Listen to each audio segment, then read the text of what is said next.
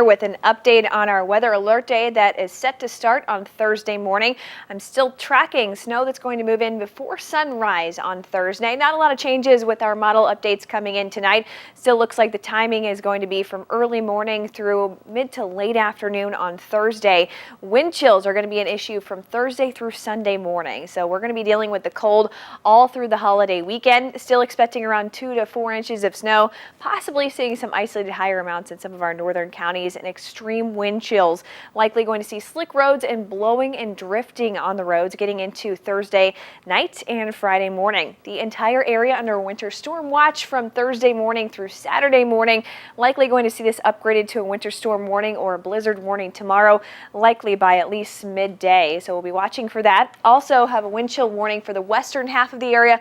Wind chill watch for points east, and that's because we could expect wind chills to drop to about -30 by Friday morning, and then going into Friday night into Saturday morning, likely seeing that wind chill anywhere from 15 to 20 degrees below zero. So it is going to be brutal as that colder air starts to spill in. You'll notice off to our north some of that Arctic air already starting to have impacts across the northern plains with temperatures below zero across North Dakota into Minnesota. Here's the snow tracker for Thursday. It looks like the highest snowfall rates will be from mid-morning to early afternoon, with snow starting to taper off as we get closer to sunset. Then after that, the winds are going to be picking up. So we're still going to see that snow blowing around, even though snow will come to an end on Thursday evening.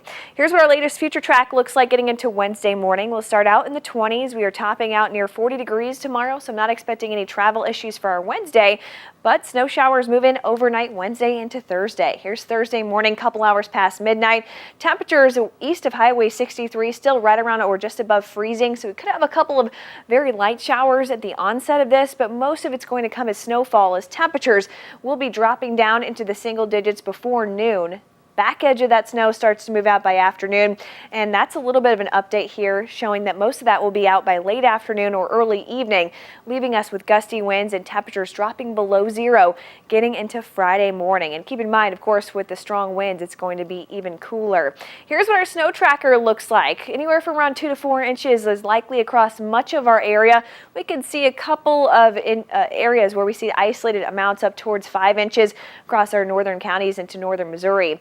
Snow will be blowing around through much of Thursday as winds could gust up to around 35 to 40 miles per hour. And notice how those winds really don't let up. Our forecast wind gusts up to about 40 miles per hour into Friday afternoon, making those wind chills very brutal and giving us some traffic impacts. As you'll notice, much of the region at least have moderate or minor to moderate impacts into much of Thursday across Missouri, Illinois, and into Indiana. Wind chills are going to be dropping well below zero getting into Thursday afternoon. This is at noon. Feels like around 18 to 20 degrees below zero. The worst of it will be Friday morning. Some places dropping down to about 35 degrees below zero north of I-70 in the morning. With the strong winds, we're still going to have wind chills around 15 to 20 degrees below zero through Saturday morning.